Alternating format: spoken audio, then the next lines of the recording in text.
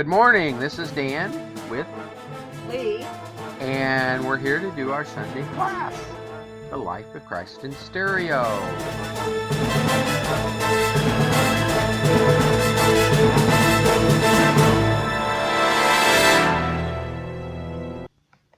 Well, Miss Lee, we're going again today.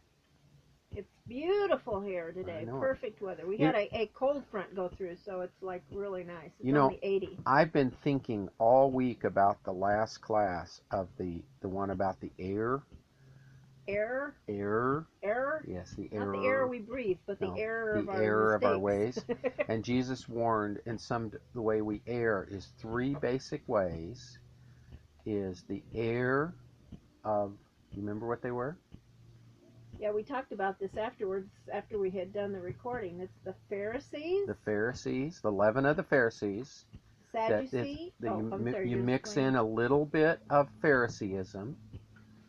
Which is what? Law? And then the Sadducees? A little bit of Sadduceeism. And Herod. And the Herodian, the Herod. A little bit of the leaven of Herod. Well, what's interesting, I think this is the way that Christians get deceived in our culture. And we're going to do a whole show sometime soon just on these three things. Maybe each one of them. The leaven of the Pharisees, the leaven of the Sadducees, and the leaven of the Herodians. I think it's very significant. So be watching for that, everybody, because we're excited about doing that. Yeah, we talked a lot about it after our Sunday class last week. So this week we've got a new subject, though. It's at Bethesda, a man is given sight. And what are the verses? The verses are Mark 8:22 through 26. Okay. That's it. Just one a little bit of verse. One book.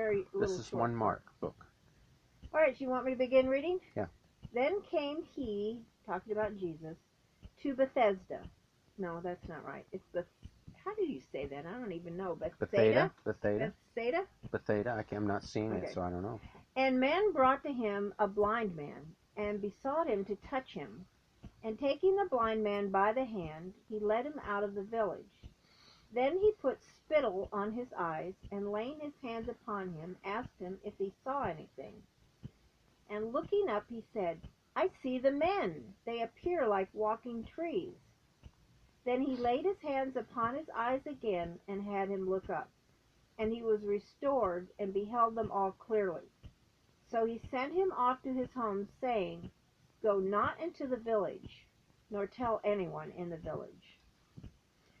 Well, I find this is a very interesting thing, and one of the evidences that he talked about last week in the leaven of air was he said there'll only be one sign, and that was the resurrection. We're going to do a whole show on the resurrection too sometime, the evidence of the resurrection, because that's where the evidence lies for Christianity as truly true truth. But what's interesting here is he heals this guy, because that was what he was to do to show he was Messiah.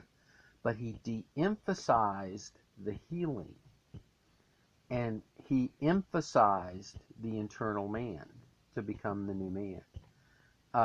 And what's interesting on this one, I think, this is an odd one. This is different than any other healing. He didn't have him get in the water.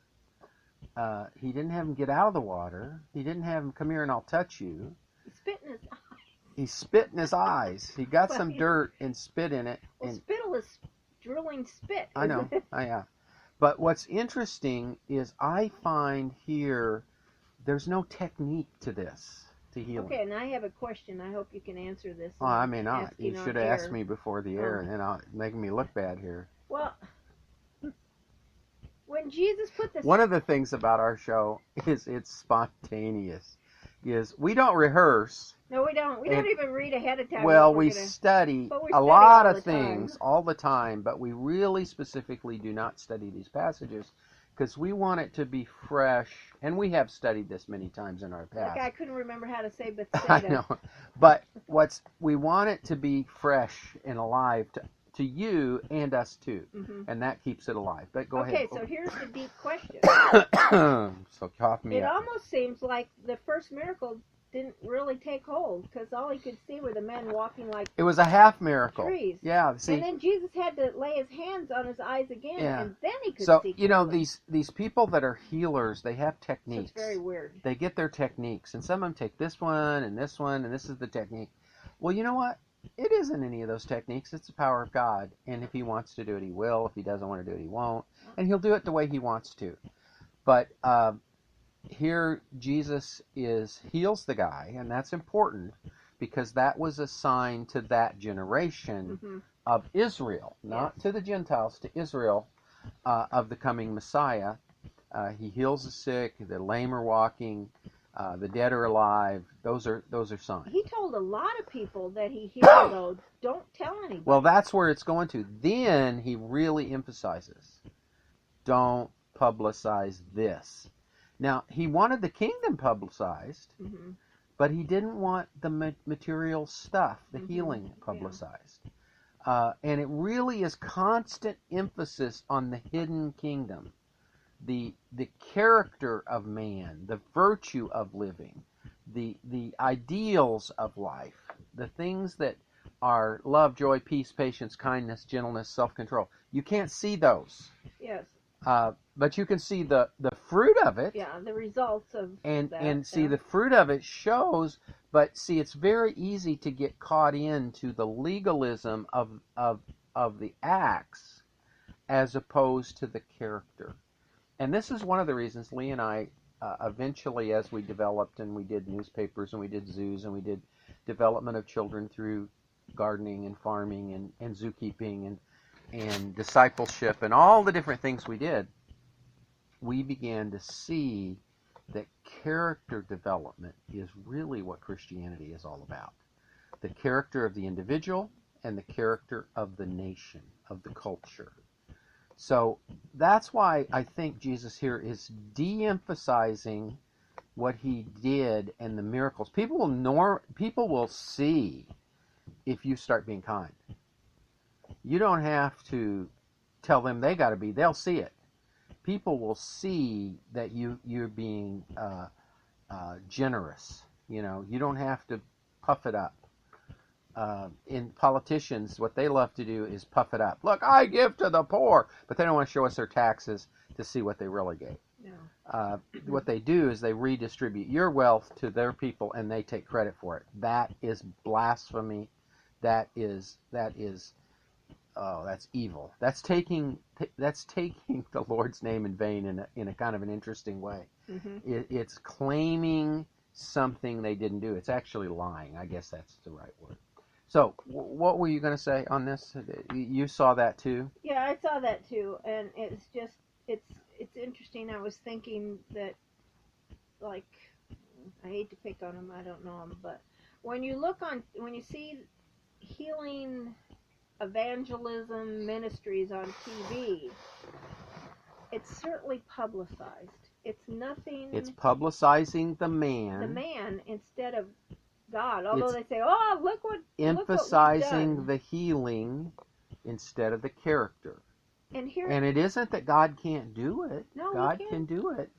But it just isn't the center of everything. But I think the question is, I read, I can't remember who it was, someone who really studies a lot of these healing ministries and different things, and he said, why, if this is truly a gift from God, are the hospitals not empty? Why do these people not go into the hospitals, the nursing homes, the cancer centers, all these places, and quietly touch, minister to those people? Why are they on TV in $1 million building with $1,000 suit on and asking for money? But that's what's interesting. Although there were no hospitals and those things in Jesus' day, Jesus went where these people were. Yeah. They were laying by the gate begging. They were laying by the pool begging, helping, wanting somebody to help them. They were just in their families, and Jesus went where they were, and they were healed. He didn't have them come to him, which really is a form of churchism. It's a way to build a congregation that you then transfer them to a legalism of you got to give me money, so because you got to give it to the church and you're part of my group, and it's a whole manipulation for money. But I don't want to dwell on this for too long. And he did things quietly, yeah, and not and drawing attention to himself. He said, "Don't tell him about this." Mm-hmm. Don't tell him about this. Don't tell him about. He de-emphasized. But go on. Let's go to the next section. Okay, now we're starting a next chapter, which is fiercely rebuffed at Jerusalem, and this section is called "He is challenged to display himself." So kind of leads right into it. Men were saying, "You got to show everybody what you're doing." Yeah. The exact opposite why aren't of you what he did. publicizing? Well, let's read and then we'll see what it says. And this is from John 7:2-10. Now the Jews' feast of the tabernacles was at hand. His brothers therefore said to him, Depart from here and go off to Judea, that your disciples also may witness your works which you are doing. For no one does his works in secret when he seeks to be publicly known. If you are doing these things, display yourself to the world. And not even did his brothers believe upon him. His brothers. It says his brothers. His brothers were his disciples, actually. Or some of them, Some of them. And they were mocking him because he wasn't being publicizing, which is what we were just talking about. I know. He was the exact opposite. He was actually doing the opposite of what the modern day healing evangelist. And again, I want to put this in very clear context. God can heal. And he can use those people to heal. Give people gifts of healing. And there's a difference. But what we're seeing is perversion. Yeah. And here Jesus deals with this. His own brothers, his own disciples. His inner circle, some of the people that he knew real intimately. And, they may have been thinking, I mean, who knows? This is just conjecture. But they may be thinking, hey, we want to be known. We want you to be popular. We want, I think in a way pride comes into this because they're going, we want people to look up to us. Let's go ahead and read. All right. Jesus said therefore to them, My time is not yet here, but your time is always ready. The world cannot hate you, but it does hate me, because I testify of it that its works are evil. As for you, go up on to this feast. I am not yet going up to this feast, for my time has not yet fully come. With these words... Well, let's slow it down right there. Jesus was really the only man that was born to die. Everybody else was born to live forever. Now, we die because of the sin of Adam. But Jesus, who is God himself that became a man, was born for the purpose of death. And that's what he's talking about. He's talking, my time has not come, because there had to be only one day. We'll have to do that sometime. The prophecies that lead up, there's a whole bunch of prophecies, and it's real detailed that there's only one day in history this Messiah could die. And that was the very day he died. And it had to be so many years and so many days and so many minutes. I mean, it's not minutes, but so many... seconds, down to the exact second. The moment he died was preordained for his purpose, which his purpose was to die. My purpose is to live. And I think that's why he says your time is always ready. Yeah, you live. Go do live. what you're supposed to be doing. Live. Be going. See, the Great Commission says, going, make disciples. And I'm more and more, as we're getting older, I think I've learned that going isn't be go guys. It's going, doing what you do. Yeah. You have different gifts, and you all go in different directions. But as you're going, you make disciples. You teach them to obey all that he commanded. And that's what Jesus was doing. He was going to his death. And while he was going to his death, he was teaching his disciples, I'm going to my purpose. And it's my time to go all the time. So go. And don't hang out and wait. And there's some Christians that love to teach, we got to wait on the Lord. They get a real holy voice when they do it. We got to wait on the Lord. Well, the thing is, the Bible says, no, he's already revealed what we're to do. We're to be going. We're to be making disciples. We're to be evangelizing. We're to be teaching. We're to be encouraging. We're to be doing all of these things that are there in the scriptures that are do-dos, not don't-don'ts. I sometimes like to say Christians are no-no people. They're don't do anything. Yeah. And that's if you negative. It's kind of like now that, and we're right in the middle of an election here this year, and Donald Trump, it looks like, has gotten the nomination, and all the conservatives, the Christians, weren't very happy about that, at least the ones that were biblicists. And they've got no Trump, never Trump. And now they've decided, one of my good friends just posted this week that Spurgeon said, if you choose between two evils, it's evil. Well, that's... Choose neither. So choose neither, don't Yeah. participate. Yeah. That's absurd. That is a false statement. I don't care who said it. If we Christians did that in everything we do, we would have never changed the world. What we do is we choose what is best in the circumstance. Because never, if I had to choose against two women to be my wife, and they're both evil, because the Bible says all people are evil, I'd never get married. And I think some people think that way. I didn't. I had God chose my wife and gave her to me. But I went forward on that. And that's kind of how we do. We choose what helps the kingdom to go forward. We don't look at it, well, there's never...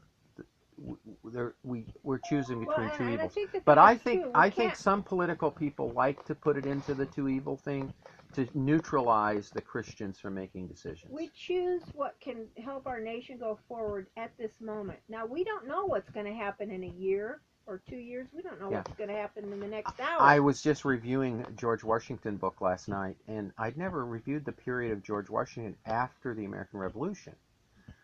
Till the forming of the Constitution. He went back to his home and became a farmer again. That's what he loved to do. He loved to do that. He loved to farm. But one of the things he did when he was a young man, he was a surveyor, okay?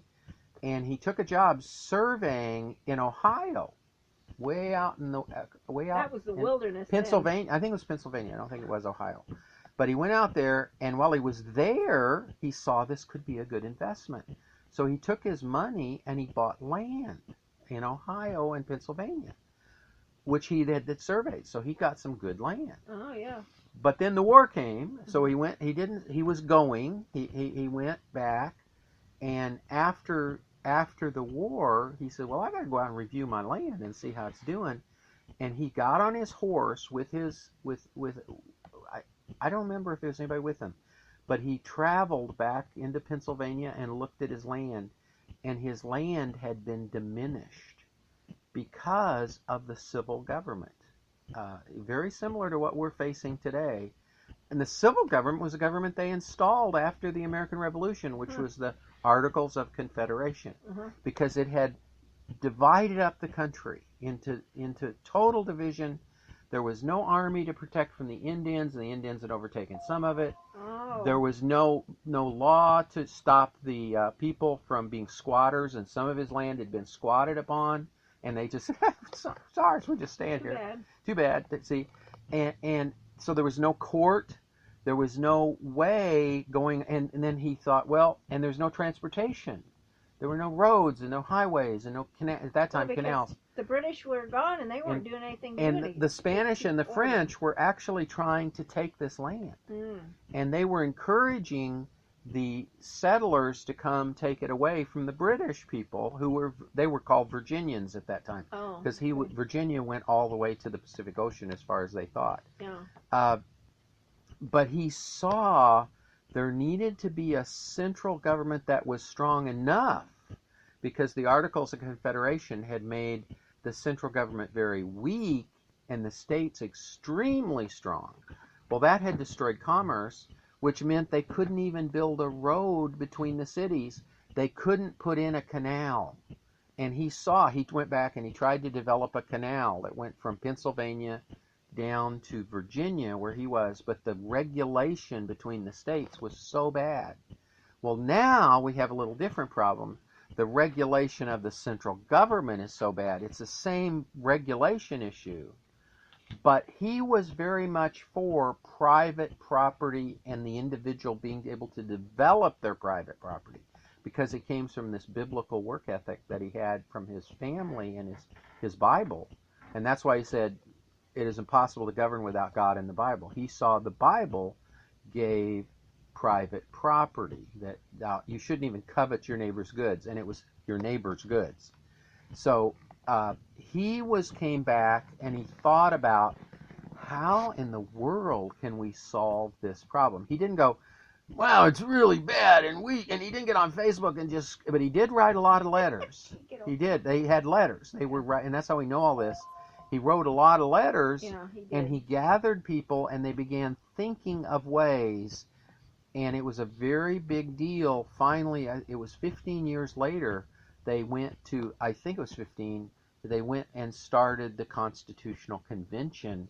But he had been thinking about this because commerce was necessary for the nation to prosper and the individuals to prosper.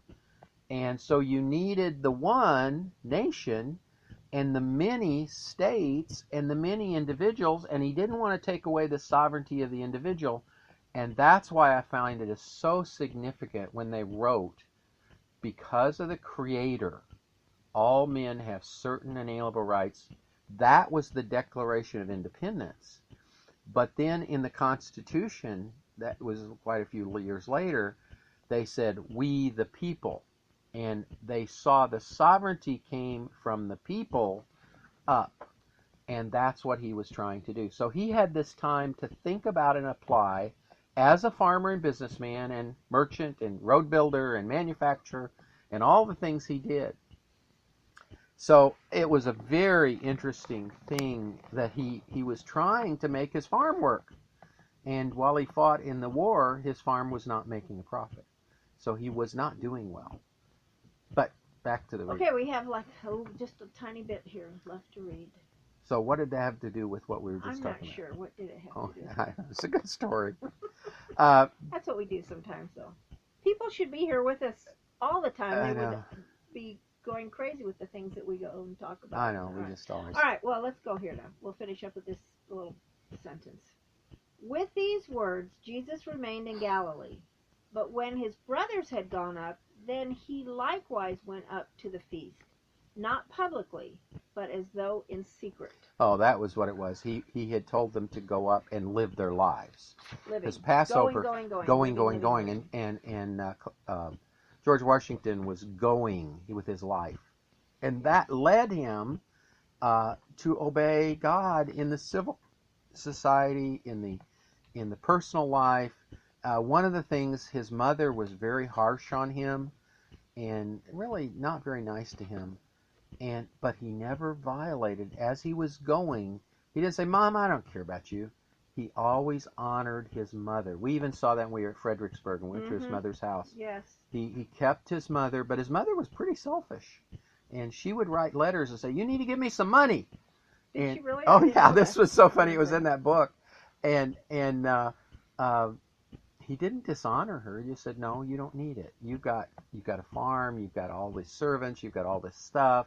You don't need more money. She was kind of greedy, where he really wasn't. And he would, as he went up to Philadelphia to work on the Constitutional Convention, he stopped and talked and spent a lot of time with his mother, because I wasn't sure he was going to make it, because his mother was telling her she was dying. And she wasn't dying. She just wanted him to come up there and be with her. And he realized, and he helped solve her problem, and he went on. He kept going. He didn't let these side things distract him. And that's one of the things I find as I love studying George Washington, because he was in civil government and civil society, was one of the people that I think we can say fit in to the concept of a person who was a true disciple of Christ in so many ways, by going and making disciples. He just did so many amazing things. And I think he truly showed the example to us of being in the world, but Yes, not of the world. world. And virtue was very important to him. That was the word for character he used. Yeah. And he even wrote books about it. Yeah. But just an amazing person. And here, Jesus, it wasn't that he didn't want to go to Passover, because that was what a Jewish person should do. But he knew he didn't want to drag these disciples and his family along, because that wasn't their purpose. Their purpose was to live. His purpose was to die, and actually he was protecting them. Yeah. And that's what a leader always does.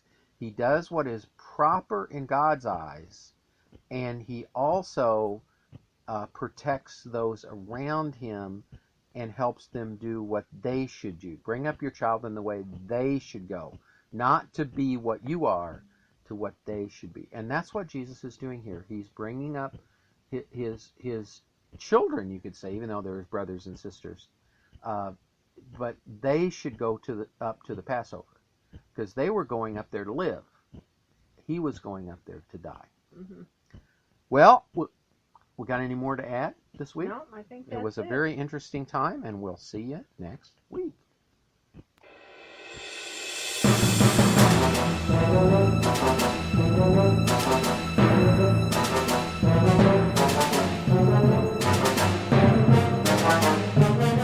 This has been Dan and Lee Rodden and the Life of Christ in Stereo.